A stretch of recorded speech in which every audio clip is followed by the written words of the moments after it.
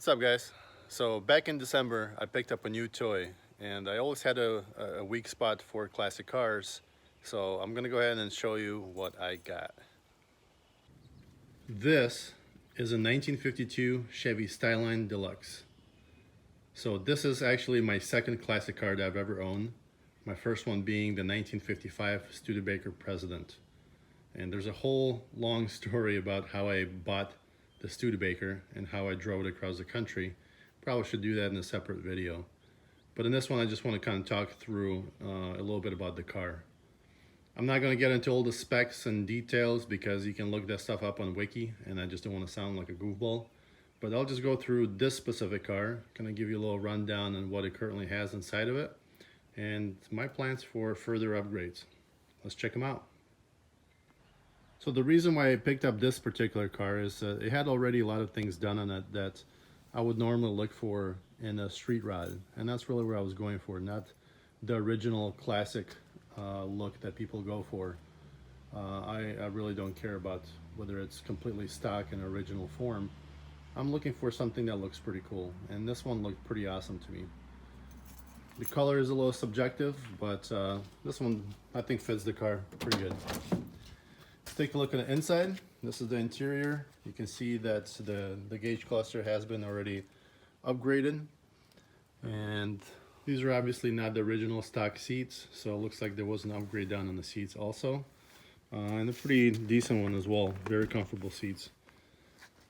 The back has been also redone, so it all kind of fits in with the same color schema. I'm not sure if I like all the gray and blue kind of blending in together. I think I would prefer a little bit of a contrast, so I imagine I'll probably swap out this carpet to something a little bit darker, maybe even just plain black. So we'll see what happens with that. The controls are pretty much stock with a few exceptions for additional switches that were put in here. This is obviously the choke. I don't think that this switch does anything yet. This is the horn. We have the fan switch for the original cooling fan. This thing is ridiculous, but it's kind of funny. What else we got? The lights do work, and I'll flip them on in just a minute.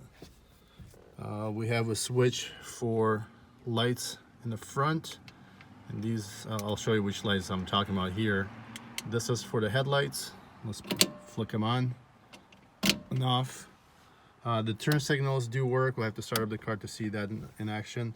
And this particular switch here is for the original factory windshield wipers, and those things are a joke because they barely wipe anything. They're super slow, and I think they're vacuum activated or something, but we'll see that in a second as well. This is the funnest part of the vehicle, and this is the 327 V8 that was dropped in here. Made it with a 3-speed tranny, and this thing sounds pretty awesome. Has pretty decent power, and it shifts extremely well. So a very good fit for the car. I think they made the right choice dropping that into this particular vehicle. This radiator obviously has been replaced. If you see the image here of the original radiator, it was probably even the stock radiator that came with the car, and it was already starting to rust out externally, and I'm sure internally as well. But I tossed that out and replaced it with this really nice radiator here from Champion. And I went with this one because unlike the gimmick stuff that you see on eBay, where they have the 3-row radiators that are super tiny, and they claim high efficiency, but they don't cool as well. This one's actually a 2-row, but has the larger fins, or the tubes, so it cools a lot better. So did that. In that process of upgrading the radiator, I had to replace the hoses. Didn't want to keep the old junk on there, so went with these generic ones because I couldn't find just the right curve for them. I bumped up the thermostat to 160 instead of the 180s. I just want to keep this thing running a little bit cooler. Some people might disagree with that, but it's all good. No worries, everybody has their choice and opinion. Other things that I've done on this thing, I found out later on after starting up the car a few times that the previous owners, whoever they were, did not have the vacuum lines routed correctly. So what was happening was they had to like prime the choke, fire the car up, and you know, it would run really like the idle was really lopey, and was running extremely rich, and it was just very difficult to start up the car.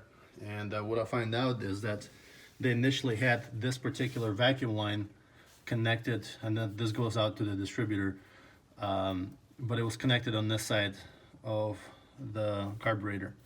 So I plugged this one up and moved it to this side, and I think it provides full vacuum on start, and I think that's what it needed, because now it starts up extremely easy and idles extremely well. The other thing that I found out is that they put on the breathers on the valve covers on both sides, but never put anything like a PCV in place. And what was happening is I was creating a lot of pressure that was kind of blowing out of the PCV and not going anywhere. I think that was also what was causing the original leaks. So I replaced the valve cover gaskets and also put the PCV in place, so it would kind of draw out the pressure and cycle it back into the motor. And it looks like that helped with the leak, as well as made it run just a bit better and relieve the pressure inside the engine. That aside, I think everything else was already here in place, so that's cool. I just got rid of the fresh air vents. They had those big tubes that would run on both sides of the engine bay.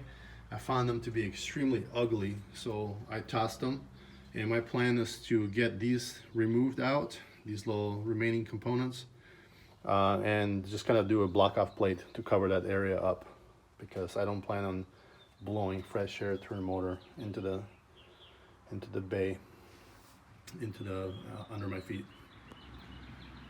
The other thing, obviously, as you can see, that the battery has been relocated to the trunk. So that was, I think, a good idea to kind of clean up the engine bay, because this thing is on 12 volt, and a 12 volt battery would take up a considerable amount of space.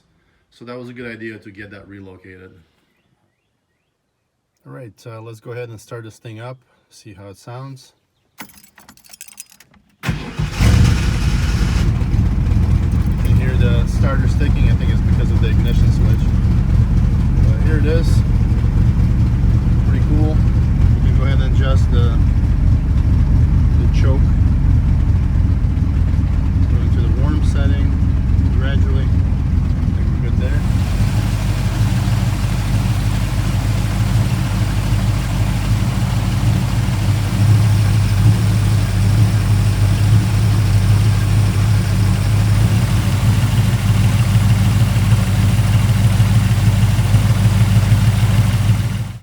This is the other cool thing about the car, is the little touch here with the pink lights that match the paint job. I thought that was extremely neat. Alright guys, hopefully you enjoyed this video and checking out this cool car. It's definitely a timeless classic. I really enjoyed driving it, and hopefully I'll be making some more videos in the future. Take care guys.